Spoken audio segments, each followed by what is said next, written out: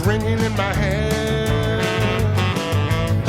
Not today, I wanna stay in bed with you, but it's another day, another time, no pay, but I'm working overtime. Well, I think I'd like to get away with you, with nowhere to go, and nothing much to do.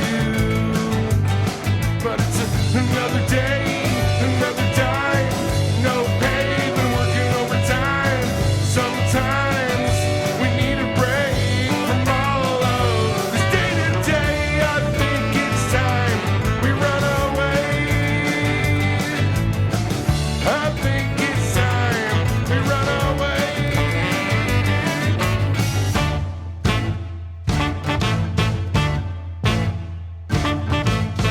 Stop that clock, it's ticking in my head. Not today, I wanna stay in bed with you, but it's another day, another time, no pay, but I'm working overtime. Sometimes we need a break from all of this day to day. I think it's time we run away. I think it's time we run away.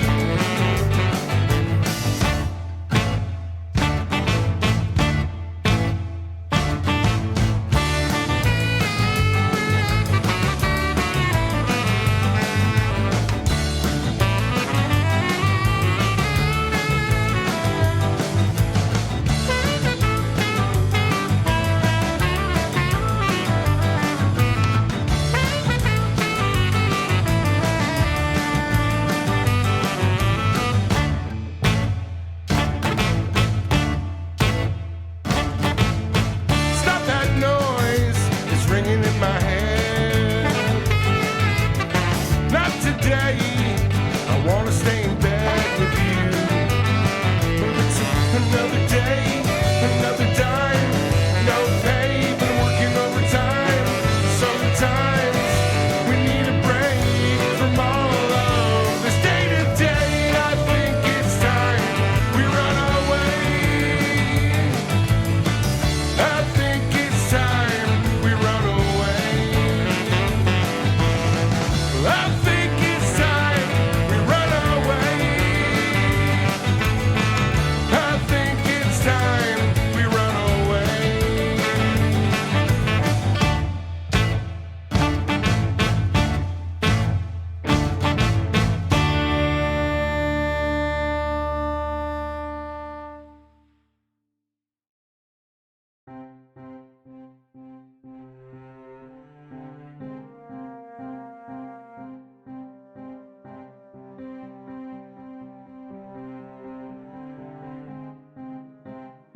This is Arlene Kaiser reading Canopy.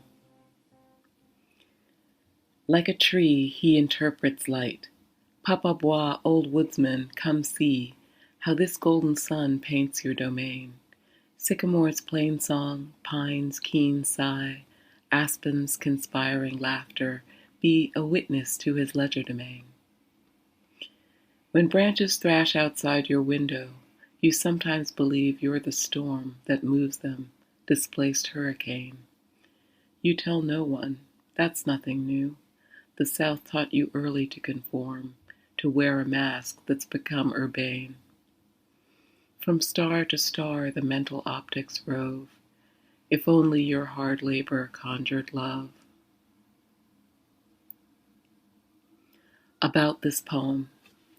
Canopy is part of a cycle of poems about the African-American painter Buford Delaney. Throughout the collection, I imagine Papa Bois, a Caribbean mythological figure, as a deity worthy of Delaney's spiritual quest. Iconic 20th century sonnets written by Delaney's contemporaries floated through my mind as I wrote. Gwendolyn Brooks's poems about black soldiers, Robert Hayden's Those Winter Sundays, and Robert Frost's The Silken Tent. I wanted to know what would happen if I used the formal properties of American sonnets exploring romantic, familial, and communal love to address the complexities of Delaney's life as a black gay male artist.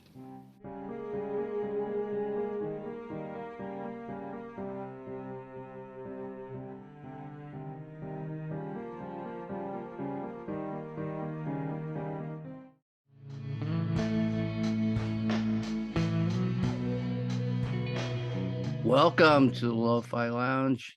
Jonathan, Hey. welcome back. Yeah, thanks. Good to be here again.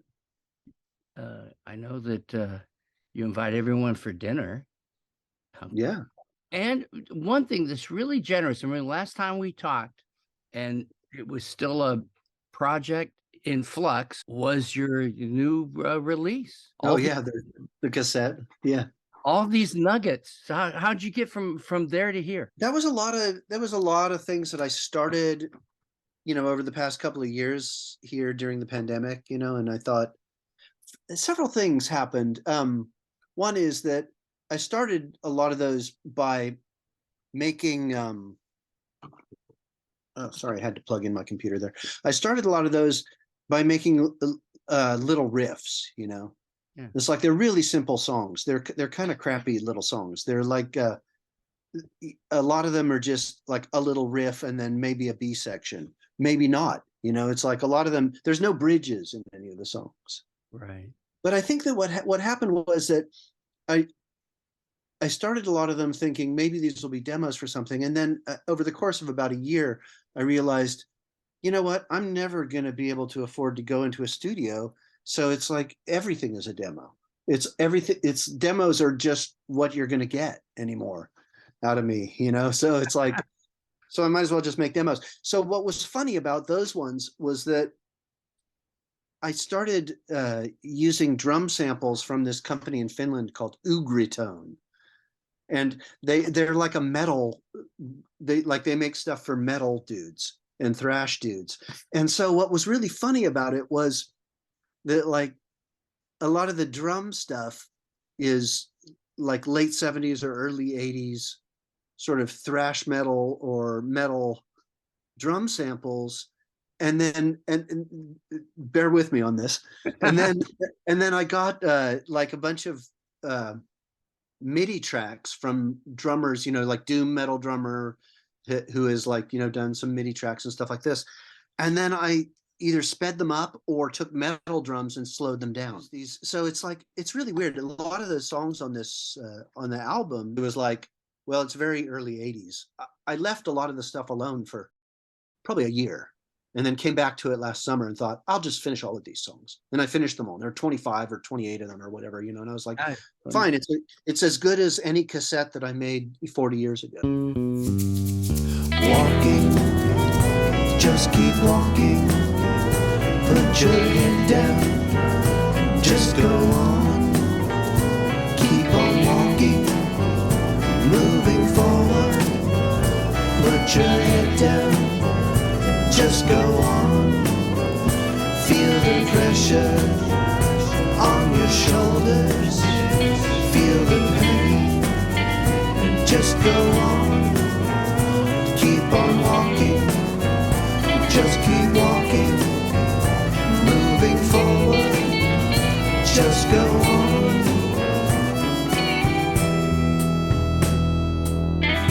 Don't listen to the other people around you.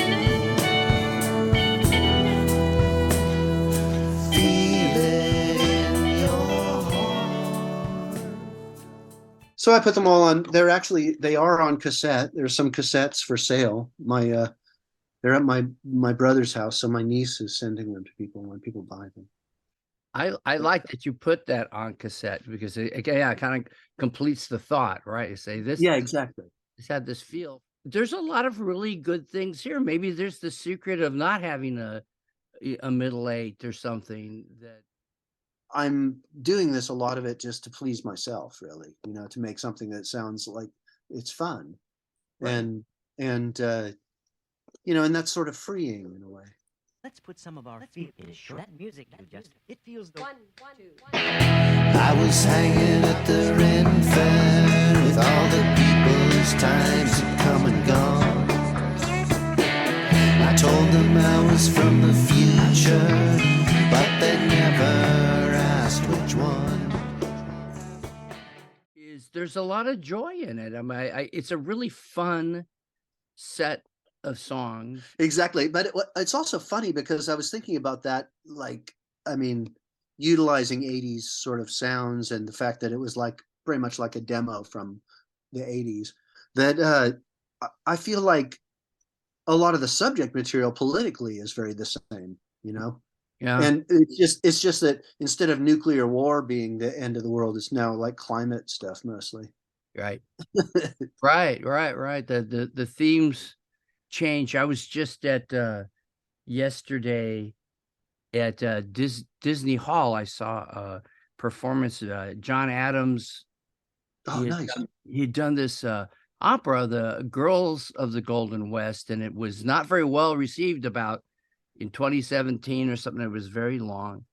And he did what probably most people don't end up doing with operas is he went back and excised about a third of it. He took an hour out of it. It is one of the most powerful things I've ever seen. Nice. Because of what it took on. I think the racism is right. And this is what this piece is about. Difficult, especially political themes, how they don't go away.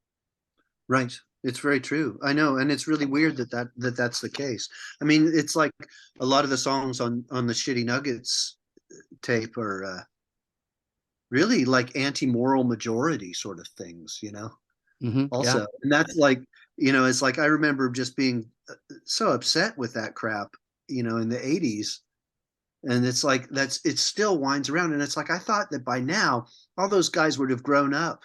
You know, it's like people that were 20 then, like us, you know, would have grown up and realized. But no, there's like just as many people that are like stuck in these really weird old sort of outdated morality trips. It's very weird. You know, you say you started with a riff. Right. It had no political intent. Right. Yeah. The riff itself is just music, right? Right. It's just...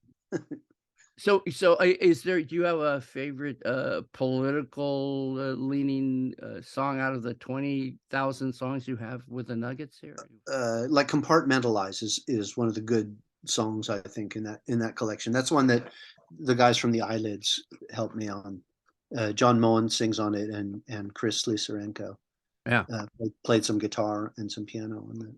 But that's like, it's such a weird sort of political statement because it's a lot of it is about, you know, sort of NIMBYism, but also just about how the world is just so fucking overwhelming that people can't deal with the political realities. So they have to like isolate themselves from it. I put this experience in here. I put that experience over there.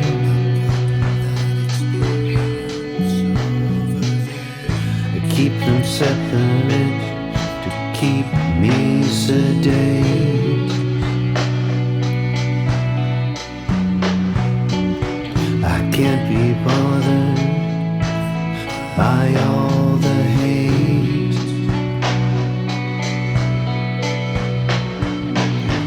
Compartmentalize, keep it all in check. Compartmentalize, till we're all a living wreck. You think those little bits don't affect the whole.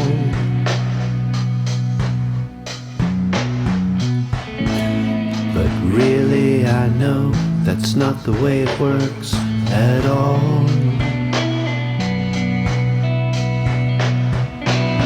Compartmentalize, keep everything away. Compartmentalize, so nothing affects my day. Some people over there are living in a war.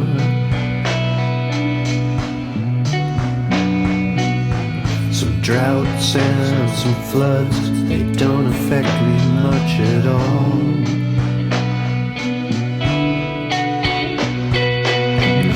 Keeping it all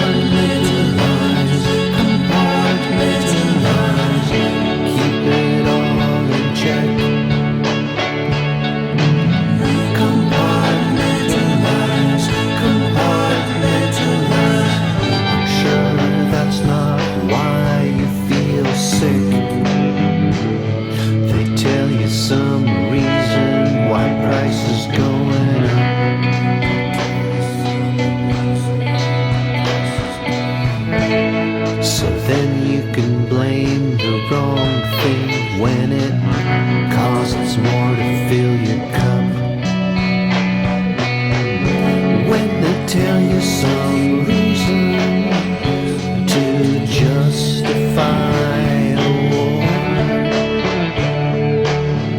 You file it away so you don't have to think about it anymore.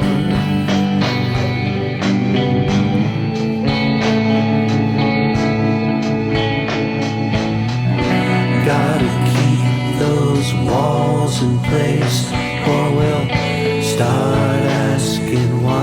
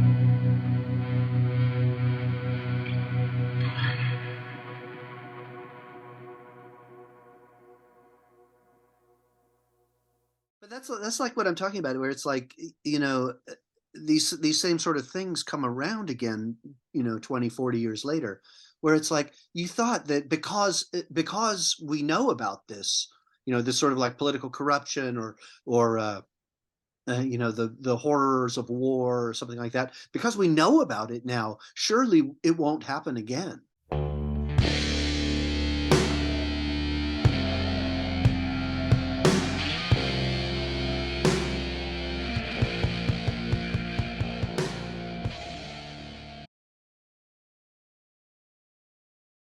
I mean, there's a few billionaires in the music business, but they usually make their money doing something else other than music, right? I mean, maybe Sir Paul McCartney, but also he bought a lot of publishing. But anyway, so it's not what? You're gonna play the song Don't Last for Long. Well, that's thank you. Yeah.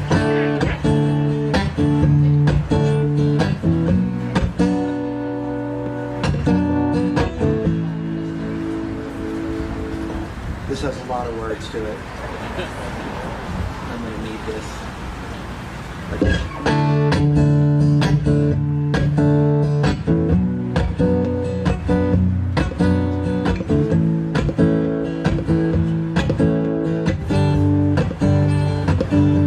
Well, I came out of oblivion with 2 hit MTV songs, so Jackson quit his day job process serving Michael Milliken. I bought a house out in my country with my publishing advance. Jeff Aroff said, see, I knew you'd write a hit by accident, and I should have got down on my knees and thanked the Lord. 'Cause it don't last long. Enjoy it while you can. It don't last long.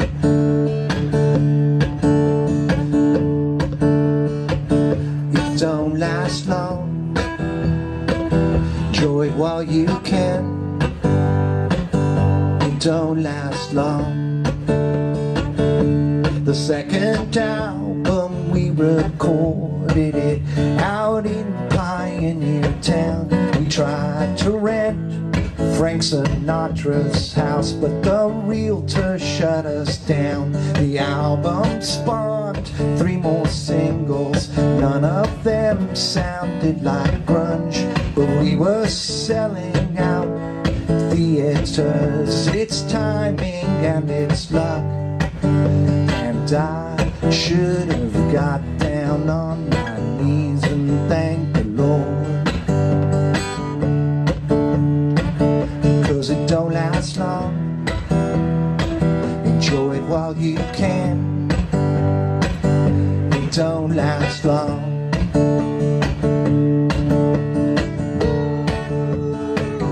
It don't last long. Enjoy it while you can. Don't last long. I was getting way too cocky. There was some bad behavior, but it didn't really cost me selling 5K every week. But then I taught the audience to sing the record company president's direct line telephone number. We were dropped in just a week, and I should have got down on my knees and thanked the Lord, 'cause it don't last long. Enjoy it while you can. It don't last long.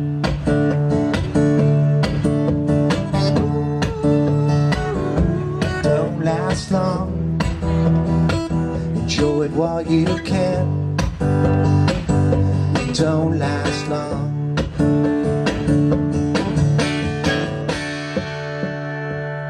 It don't last long. Enjoy it while you can. It don't last long.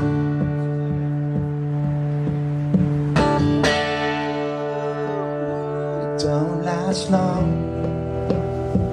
Enjoy it while you can. It don't last long.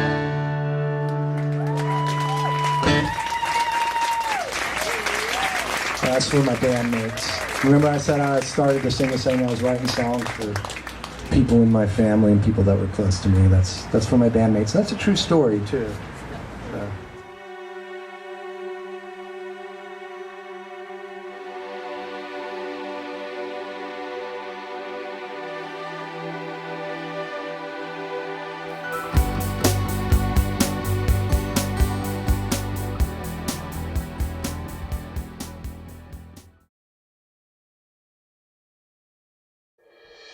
Good morning, the drink is strong, the house is empty, no one's thrown it around. There's an empty page where the clouds belong, working on the last 3 songs. Good morning, how the story goes, streets are walking mannequins beneath their clothes. I found an open field, bluebirds gone, working on my last 3 songs. And the first